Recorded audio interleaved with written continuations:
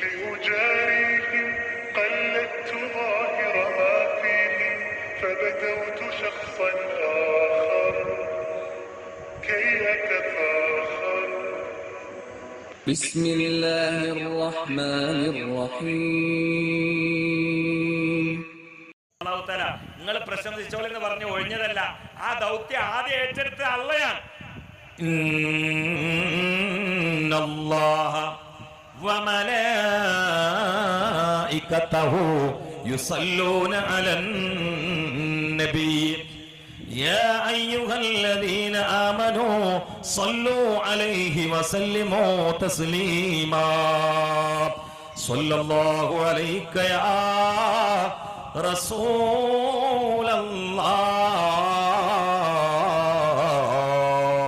വസല്ലമ അലൈക യാ ഹബീബല്ലാഹ്.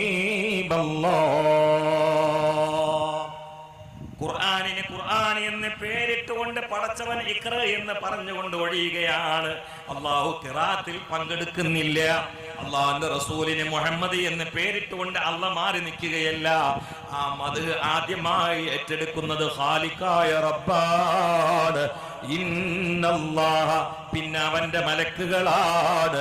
വമലായികത, മുറിയാത്ത മൗലിദാണ്.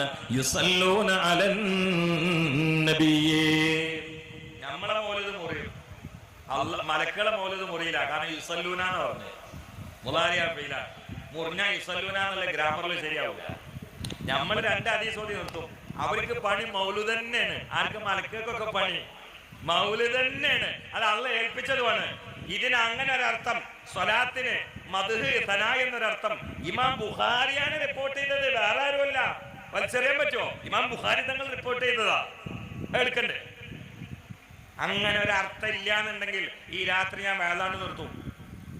ഇമാം ബുഖാരി അങ്ങനെ റിപ്പോർട്ട് ചെയ്തിട്ടില്ല എന്ന് പറഞ്ഞാൽ ഈ രാത്രി വേളാണ്ട് നിർത്തും. ഇതെന്താ പൊട്ടീസ് കളിക്കുക? അതുകൊണ്ട് ജയിക്കേണ്ടവരെ, പ്രതാപശാലികളാവണം പരലോകത്ത് എന്ന് കൊതിയുള്ളവരെ, പ്രകീർത്തനത്തിൽ മുഴുകിക്കോ.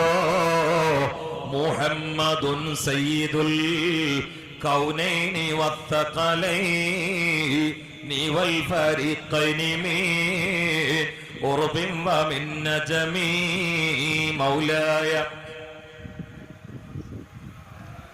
വൈകിയാണ് തുടങ്ങിയത്. 10:20 10:30 നിർത്തണമെന്നാണ് മനസ്സിലുള്ളത്.